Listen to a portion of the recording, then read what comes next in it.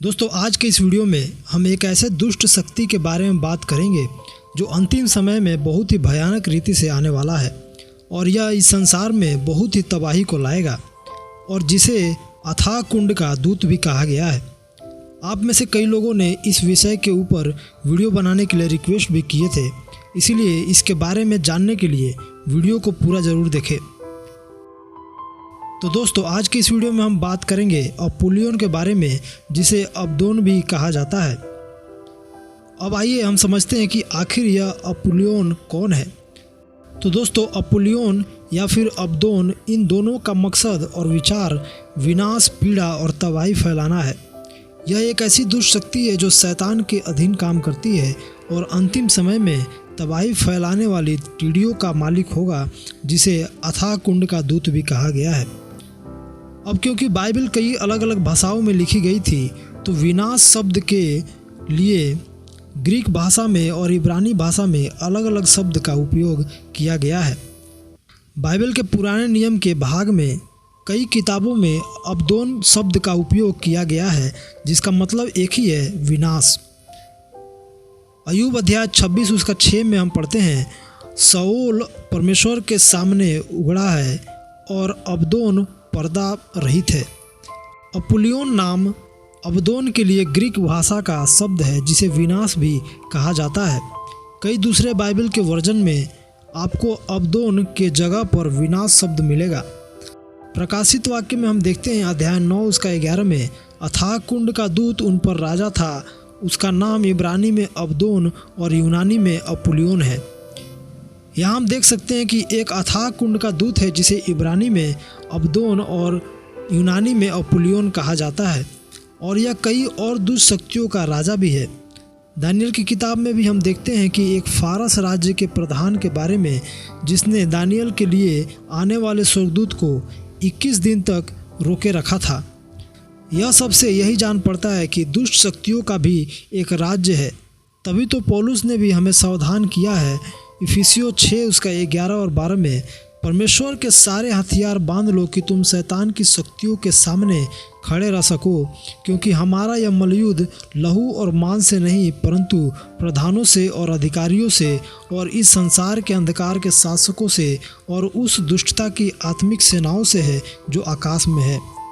प्रकाशित वाक्य की किताब में कई ऐसे शब्द का उपयोग किया गया है जिसे समझना कभी कभी मुश्किल होता है, जैसे कि अजगर शब्द शैतान के बारे में है, आग की झील जो नरक को संबोधित करता है, तारे जो दूत के विषय प्रयोग किया गया है, मुहरे और तुरही का शब्द विनाश या तबाही के लिए उपयोग किया गया है।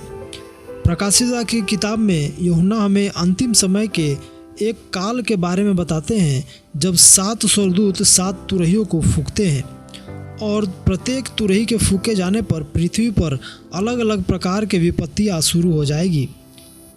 यूहन्ना बताते हैं कि जब 5वें स्वर्गदूत ने तुरही को फूका, तब स्वर्ग से पृथ्वी पर एक तारा गिरते हुए दिखाई दिया, जिसे अथाह कुंड की कुंजी दी गई थी, और उसने अथाह कुंड को खोला, जिसमें से पृथ्वी पर टिड्डियाँ निकली, और इन टिड्डियों को पृथ्वी के बिच्छुओं के जैसे शक्ति दी गई थी, और इन्हें आदेश भी दिया गया था, जो हम प्रकाशित वाक्य अध्याय 9 उसका 4 और 5 में पढ़ते हैं।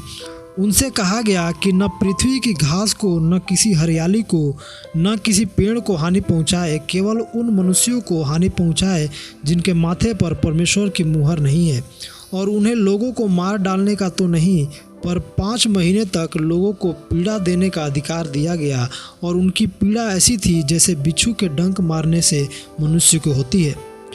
उस समय में लोग मृत्यु को खोजेंगे, पर उनकी मृत्यु नहीं होगी, केवल पीड़ा में 5 महीने तक तड़पते रहेंगे, और यह जो पीड़ा होगा वह बिच्छू के डंक मारने जैसा होगा। इनके पूँछें भी होगी जो बिच्छुओं के जैसी होगी, जिनमें 5 महीने तक पीड़ा देने की शक्ति होगी। लिखा है, उनकी पूँछ बिच्छुओं की जैसी थी और उनमें डंक थे, और उन्हें 5 महीने तक मनुष्यों को दुख पहुंचाने की जो शक्ति मिली थी वह उनके पूँछों में थी। अथाह कुंड का दूत उन पर राजा था, उसका नाम इब्रानी में अबदोन और यूनानी में अपुल्योन है। यहाँ हम देख सकते हैं कि इन पीड़ा देने वाली शक्तियों का एक राजा भी होगा जिसे इब्रानी में अबदोन और यूनानी में अपुल्योन कहा गया है। यह दुष्ट शक्ति वही है जिसे अथाह कुंड का दूत भी कहा गया है।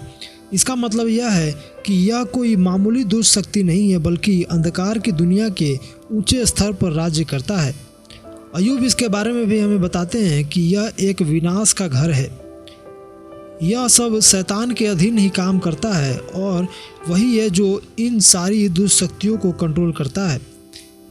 इनका एक ही मकसद है कि वह सब मनुष्यों को परमेश्वर से अलग रखे। इसी कारण वह लोगों को पाप में गिराता है, परीक्षा में डालकर, बुरी अभिलाषा देकर या लोगों के अंदर डर फैलाकर।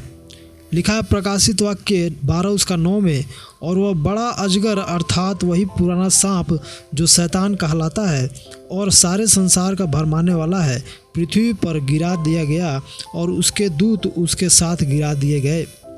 शैतान और उसके दूत पृथ्वी पर गिरा दिए गए थे, जो संसार को आज भरमाए हुए हैं और लोगों को अपने झांसे में फंसाए हुए हैं।